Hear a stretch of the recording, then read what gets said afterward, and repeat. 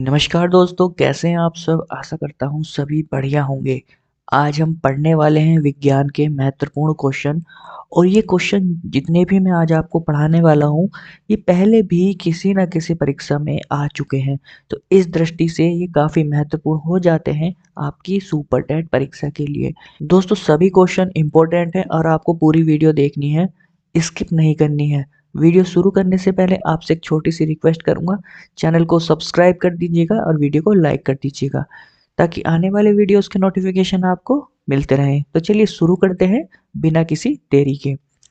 पहला क्वेश्चन दिया गया है, जब कोई व्यक्ति चंद्रमा पर उतरता है तो उसके शरीर में उपस्थित पदार्थ की मात्रा में परिवर्तन होता है, भार घट जाता है तथा मात्रा अपरिवर्तित रहती है।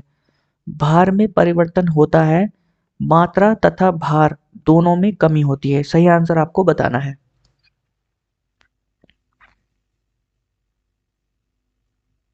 तो इसका सही आंसर विकल्प बी हो जाएगा। देखिए, जब भी आप पृथ्वी से चंद्रमा पर जाएंगे तो आपका वजन घट जाएगा। क्यों?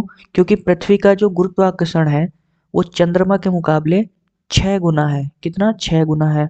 अब मान लीजिए पृथ्वी पर किसी का वजन 60 किलो है, तो चंद्रमा पर कितना रह जाएगा?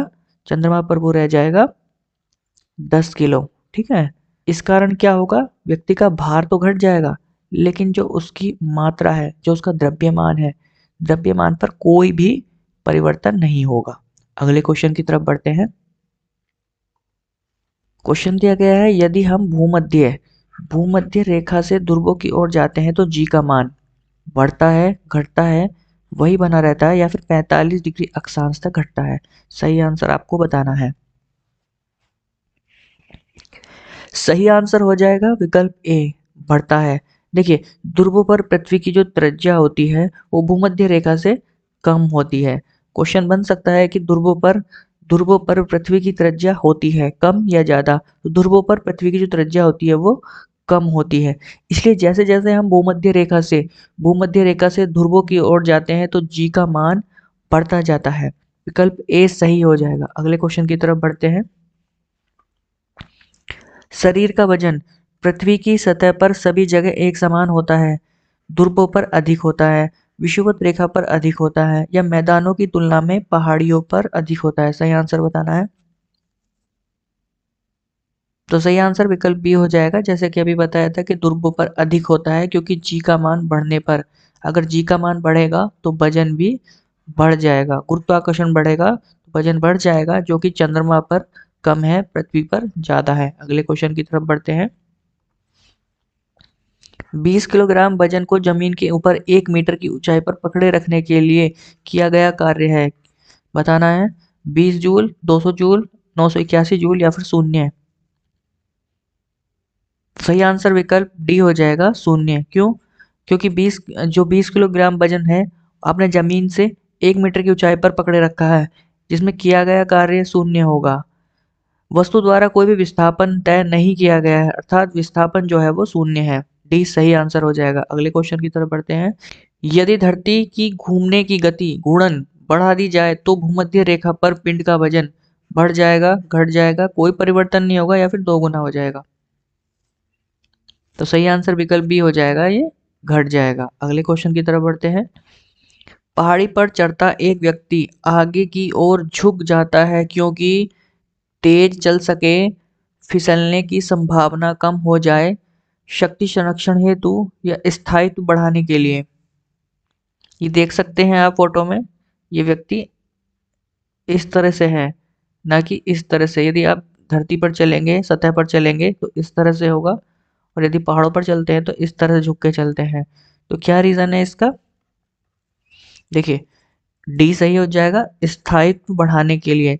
जब हम मैदान की अपेक्षा पहाड़ की ऊंचाई पर चढ़ते हैं, पहाड़ों पर जब हम चढ़ते हैं, तो हमारा जो गुरुत्व गुरुत्व केंद्र होता है, गुरुत्व केंद्र भी आगे की ओर बढ़ जाता है। अतः इसे संतुलित करने के लिए हमें भी आगे की ओर झुकना पड़ता है, अन्यथा हम संतुलन खो देंगे। आप अगर ऐसे खड़े हो जाएंगे तो आप संतुलन खो देंगे। अगले क्वेश्चन की तरफ बढ़ते हैं। जाड़ों की रातों में अत्यधिक ठंड पड़ने पर पानी का पाइप फट जाता है, क्यों? जमने के बाद पानी का घनत्व कम हो जाता है क्या? जमने के बाद पानी कठोर कठोर हो जाता है, अतः उसकी यह कठोरता पाइप को तोड़ देती है। जमने के बाद पानी का आयतन बढ़ जाता है। जमने के बाद पानी का पाइप का धातु गल जाता है। सही आंसर बताना है। देखिए इसका सही आंसर विकल्प सी हो जाएगा। जमने के बाद पानी का आयतन बढ़ जाता है। जब तापमान 4 सेल्सियस से नीचे चला जाता है तो धातु के पाइप सिकुड़ जाते हैं और पानी प्रसारित हो जाता है, बर्फ बन जाता है मतलब। तो इस तरह धातु का पाइप फट जाता है क्योंकि पानी जमने पर प्रसारित होता है। पानी जब जम जाता है तो वो प्रसारित होता है, उसका आयतन बढ़ जाता है। अगर वो इतनी जगह ले रहा है तो इतनी जगह लेगा। अगले क्वेश्चन की तरफ बढ़ते हैं। जल के आयतन में क्या परिवर्तन होगा यदि तापमान 9 सेल्सियस से गिरकर 3 सेल्सियस कर दिया जाए? आयतन में आयतन में परिवर्तन नहीं होगा। आयतन पहले बढ़ेगा और बाद में घटेगा। आयतन पहले घटेगा बाद में बढ़ेगा। पानी जम जाएगा। सही आंसर आपको बताना है।